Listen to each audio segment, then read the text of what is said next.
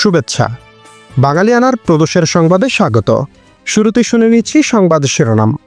Lighterage জাহাজ সংকটে চট্টগ্রাম বন্দর। একটি মাদার ভেসেল খালাস করতেই পেরিয়ে যাচ্ছে মাস। রমজানকে ঘিরে খাদ্য সংকটের শঙ্কা। এবার অন্যান্য সংবাদের সঙ্গে বিস্তারিত। রমজান সামনে রেখে দেশে নিত্য প্রয়োজনীয় খাদ্যপণ্যের সরবরাহ ব্যবস্থা চাপের মুখে পড়েছে। কারণ চট্টগ্রাম বন্দরের বহির্নোঙর লাইটারেজ জাহাজের তীব্র সংকটের কারণে বড় জাহাজ থেকে পণ্য খালাস কার্যক্রম কার্যত থমকে গেছে। এতে রোজার মাঝে পণ্যের ঘাটতি ও দাম বাড়ার আশঙ্কা তৈরি হয়েছে। বন্দর সূত্রের তথ্য অনুযায়ী 15ই জানুয়ারি পর্যন্ত চট্টগ্রাম বন্দরে বহির্নোঙর ও কুতুবদিয়া চ্যানেলে মোট 108টি পণ্যবাহী জাহাজ অপেক্ষমান ছিল। এসব জাহাজে 45 লক্ষ টনের বেশি পণ্য রয়েছে। এর মধ্যে 17টি জাহাজ প্রায় 12 লক্ষ টন রমজান সংশ্লিষ্ট খাদ্যপণ্য যেমন গম, ভুট্টা, সয়াবিন তেল, ছোলা, ডাল ও ভোজ্য তেল আছে। আরও 5টি জাহাজে 2 লাখ টনের বেশি চিনি রয়েছে। 7টি জাহাজে সার এবং 25টি জাহাজে সিমেন্টের ক্লিংকার বহন করা হচ্ছে। স্বাভাবিক পরিস্থিতিতে 50 টন ধারণ ক্ষমতার একটি মাদার ভেসেল রাইটারেজ জাহাজের মাধ্যমে নদীবন্দর ও টার্মিনালে পণ্য পরিবহন করে 7 থেকে 10 দিনের মধ্যে খালাস শেষ করতে পারে। কিন্তু বর্তমানে লাইটারেজ সংকটের কারণে অপেক্ষায় সময় বেড়ে 20 থেকে 30 দিন দাঁড়িয়েছে। কিছু জাহাজ দিনের পর দিন কোনো পণ্যই খালাস করতে পারছে না। Water transport coordination cell WTCC জানিয়েছে, লাইটার জাহাজের চাহিদা এর যোগানকে অনেকটাই ছাড়িয়ে গেছে। 13 জানুয়ারি 90টি মাদারশিপের জন্য 104টি লাইটার জাহাজের প্রয়োজন ছিল, কিন্তু বরাদ্দ দেওয়া গেছে মাত্র 50টি। খাদ্যপণ্যের চালানকে অগ্রাধিকার দিতে কর্তৃপক্ষ সাময়িকভাবে নিজস্ব লাইটারেজ বহন রয়েছে এমন বড় কোম্পানিগুলোর জন্য জাহাজ বরাদ্দ বন্ধ রেখেছে। তবুও সংকট কাটেনি। সরকারের আমদানি করা সারের 10টি জাহাজ 1 সপ্তাহের বেশি সময় ধরে কোনো লাইটারেজ সহায়তা না পেয়ে পণ্য খালাসের অপেক্ষায় রয়েছে। এতে সরকারি গুদামে সার সরবরাহের ঘাটতি ঝুঁকি তৈরি হয়েছে এবং কৃষি খাতে তা নতুন করে চাপ বাড়াতে পারে।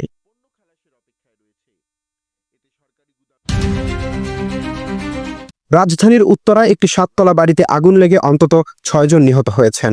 16 জানুয়ারি শুক্রবার সকালে 7:50 দিকে এই আগুন লাগে। সকাল 10টার দিকে আগুন নেভানো হয়েছে। দুর্ঘটনায় অন্তত 13 জন আহত হয়েছেন।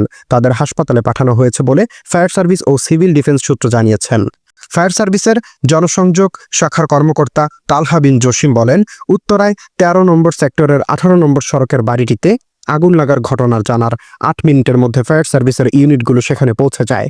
এটি 7তলা বাসা ছিল। এর মধ্যে দ্বিতীয় তলায় আগুন লেগেছিল।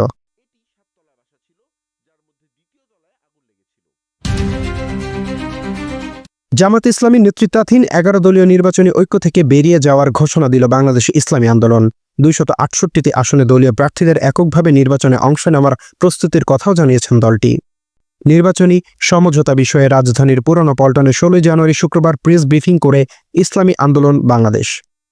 দলটির হয়ে এদিন কথা বলেন যুগ্ম মহাসচিব ও দলের মুখপাত্র গাজী আতাউর রহমান। আগের দিনই বৃহস্পতিবার সংবাদ সম্মেলন করে জামাত ইসলামী নেতৃত্বাধীন নির্বাচনী জোটের 10টি দলের মধ্যে আসন বণ্টনের চূড়ান্ত ঘোষণা দেওয়া হয়। বাংলাদেশে অন্তর্ভুক্তিমূলক নির্বাচন ও ভিন্ন ধর্মাবলম্বীদের নিরাপত্তার প্রশ্নে উদ্বেগ প্রকাশ করেছেন ব্রিটিশ এমপি বব ব্ল্যাকম্যান। তিনি 15 জানুয়ারি বৃহস্পতিবার হোয়াইট অব কমন্সে বলেছেন, হিন্দুদের রাস্তায় হত্যা করা হচ্ছে, তাদের বাড়িঘর পুড়িয়ে দেওয়া হচ্ছে, মন্দিরে আগুন দেওয়া হচ্ছে এবং অন্যান্য ধর্মীয় সংখ্যালঘুরাও একই ধরনের পরিণতির শিকার হচ্ছে। আগামী মাসে তথাকথিত মুক্ত ও সুষ্ঠু নির্বাচন হওয়ার কথা রয়েছে মন্তব্য করে বব ব্ল্যাকম্যান বলেন, বাংলাদেশের একটি প্রধান রাজনৈতিক দল আওয়ামী লীগকে সেই নির্বাচনে নিষিদ্ধ করা হয়েছে, যদিও জনমত জরিপে তাদের সমর্থন প্রায় 30%। একই সঙ্গে ইসলামী উগ্রপন্থীরা একটি গণভোটের আহ্বান জানিয়েছেন, যা বাংলাদেশের সংবিধানকে চিরতরে বদলে দিতে পারে।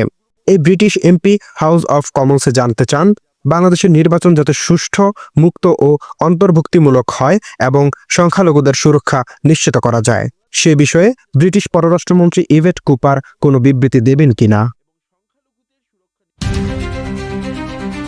যুক্তরাষ্ট্রের প্রেসিডেন্ট ডোনাল্ড ট্রাম্পকে নিজের নোবেল পুরস্কারটি উপহার হিসেবে দিয়েছেন ভেনেজুয়েলার বিরোধী নেতা মারিয়া করিনা মাচাদো। 15 জানুয়ারি বৃহস্পতিবার হোয়াইট হাউসে ট্রাম্পের সাথে একান্ত বৈঠকে নিজের নোবেল শান্তি পুরস্কার দেওয়ার কথা সাংবাদিকদের জানিয়েছেন তিনি। ট্রাম্পের সঙ্গে প্রথমবারের মতো সরাসরি সাক্ষাতের পর মাচাদো বলেন, আমি মনে করি আজ আমাদের ভেনেজুয়েলাবাসীদের জন্য একটি ঐতিহাসিক দিন। সামাজিক যোগাযোগ মাধ্যমে এক পোস্টে কৃতজ্ঞতা প্রকাশ করে ট্রাম্প বলেন, এই পুরস্কার গ্রহণ করা ছিল পারস্পরিক সম্মানের এক চমৎকার ইঙ্গিত। তবে 2024 সালের বহুল বিতর্কিত নির্বাচনে মাচাদো জয়ের দাবি করলেও মার্কিন প্রেসিডেন্ট ডোনাল্ড এখনও মাচাদোকে দেশটির নতুন নেতা হিসেবে স্বীকৃতি দেননি।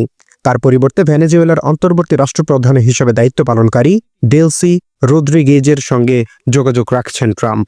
রদ্রিগেজ প্রেসিডেন্ট নিকোলাসের মাদারোর সাবেক ভাইস প্রেসিডেন্ট ছিলেন।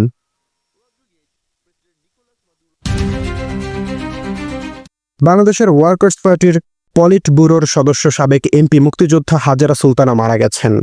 ঢাকার মোহাম্মদপুরে একটি হাসপাতালে চিকিৎসাধীন অবস্থায় 15 জানুয়ারি বৃহস্পতিবার রাতে তার মৃত্যু হয় বলে ওয়ার্কার্স পার্টির কেন্দ্রীয় কমিটির নেতা মুস্তফা আলমগীর রতন জানিয়েছেন।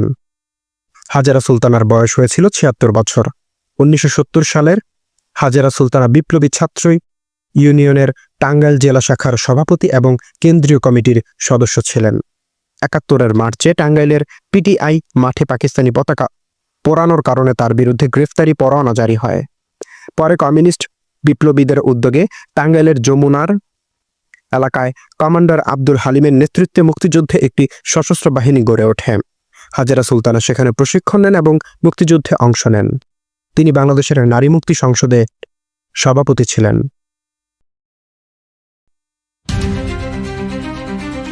বাংলাদেশের রাজনৈতিক অঙ্গনে যুক্ত হল নতুন একটি platform, network for people's action NPA।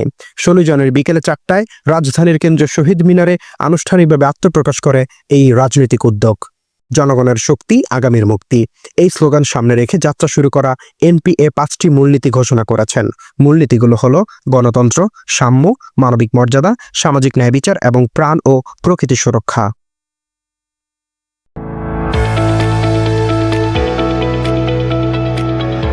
এবারে শুনে নিচ্ছি বাঙালিয়ানার বাণিজ্য সংবাদ। ব্যাংকে সঞ্চয় রেখে এমনিতেই বিপদে ছিলেন তারা।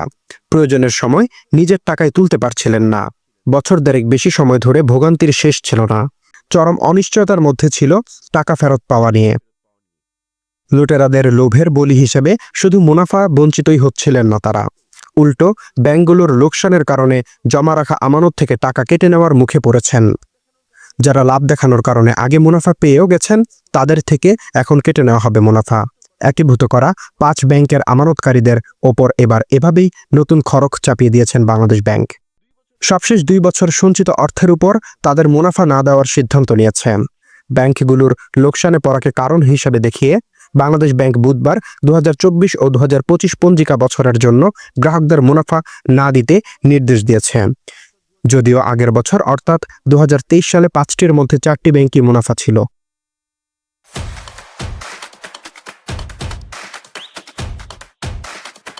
এবার শুনে নিচ্ছি বাঙালিয়ানার ক্রীড়া সংবাদ।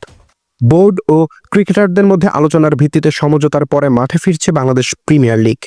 Cricketers welfare association of Bangladesh ও বাংলাদেশ ক্রিকেট বোর্ডের মধ্যে কয়েকজন দফায় আলোচনা করেন ও সমঝোতার পরে 16 জানুয়ারি শুক্রবার থেকে বিপিএল 2026 পুনরায় শুরু হচ্ছে। বিসিবি জানিয়েছে, বৃহস্পতিবার স্থগিত হওয়া ম্যাচগুলো নতুন সূচি অনুযায়ী শুক্রবার অনুষ্ঠিত হবে। এ সিদ্ধান্তের ফলে টুর্নামেন্টের বাকি ম্যাচগুলোর সূচিতেও পরিবর্তন আনা হয়েছে।